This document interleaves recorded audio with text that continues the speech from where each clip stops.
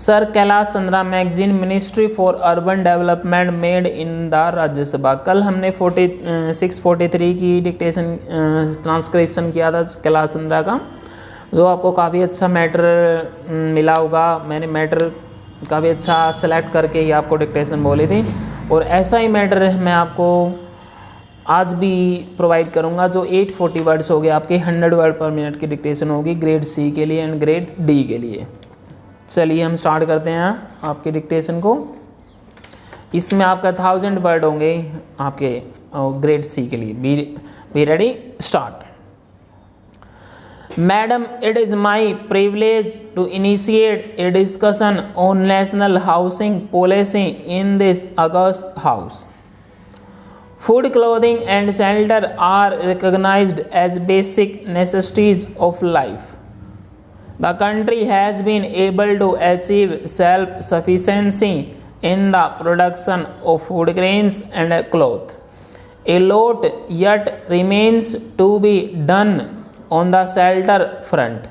The Estimates Committee of the 8th Lok Sabha had recommended in the report for the year 2005-06 that the government should evolve a national housing policy for a planned development of livable human settlements.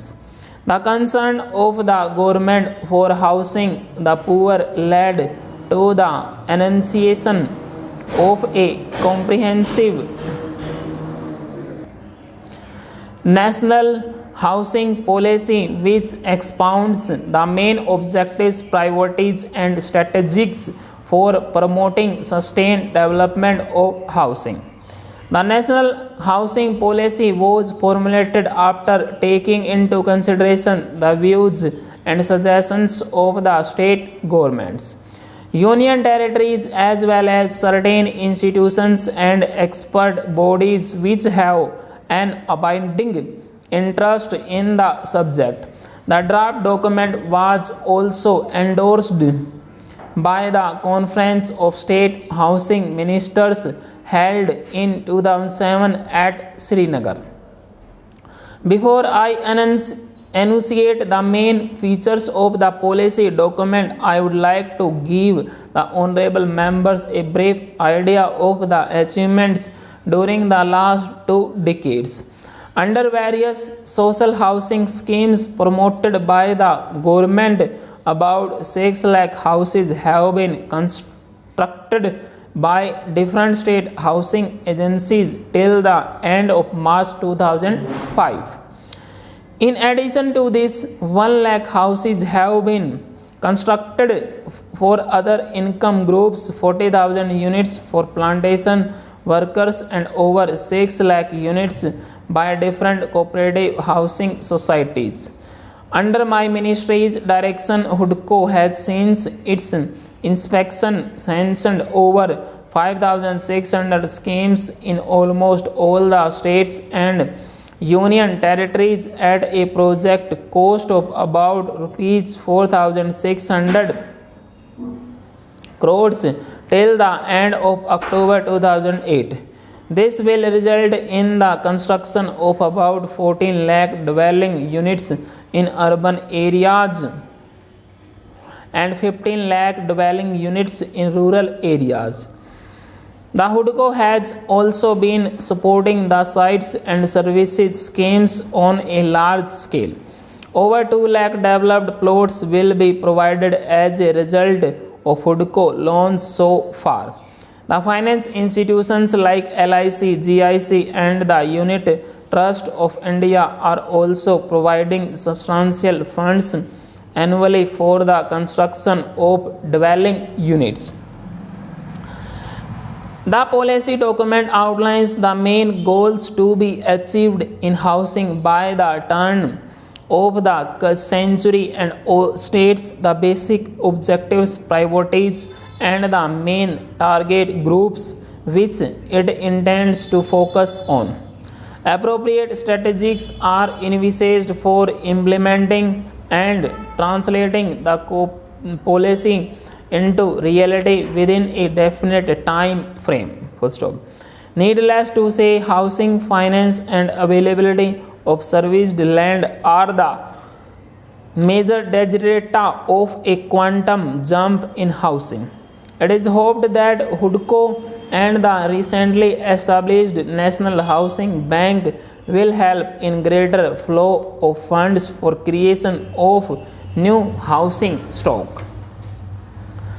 As honorable members now points 14th and 15th of the revised 20-point program lay considerable emphasis on housing for the economically weaker sections in urban areas and for the landless workers in rural areas.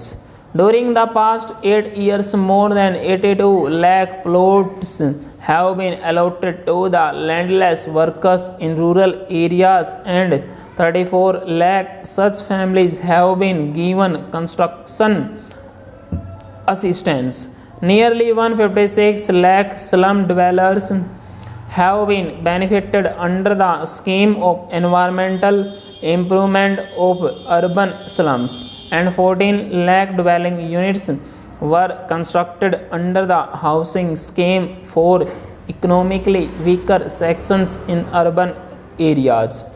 Under the Indira Awas Yojana, 4 lakh dwelling units have been constructed for the scheduled castes, scheduled tribes, and freed bonded laborers in rural areas. Efforts are on to strengthen these programs with the setting up of National Housing Bank under the aegis of Reserve Bank of India. A major landmark has been achieved in the housing finance institutional framework.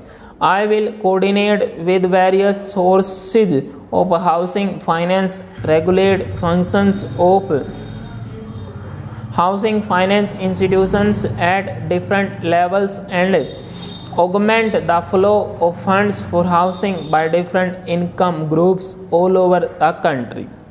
Regional housing finance institutions like Housing Promotion and Finance Corporation Limited, Kolkata, have been established with a view to providing a sound housing finance network at regional level.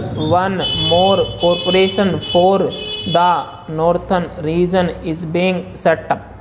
You may be aware that the Reserve Bank of India has also liberalized the lending norms of the commercial banks for increased flow of finance to individuals for new construction and repairs. The amount of loan admissible has been enhanced by reducing the margin required to be provided by the beneficiaries. The interest rate has been reduced by 1% for loans up to rupees 1 lakh. Also, the period of repayment of housing loans has been enhanced from 10 to 15 years. Further, who mortgage of property or government guarantee is not feasible, banks have been permitted to accept other forms of security for loans.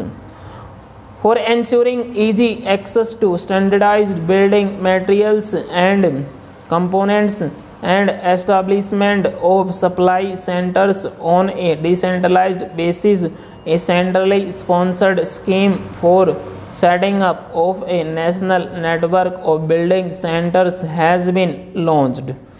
During the current year,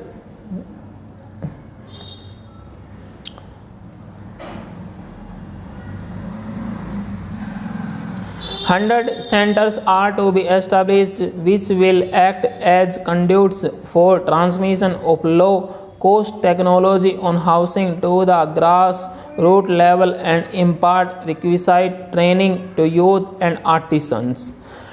Till now, 18 centers have been completed and another 57 are nearing completion.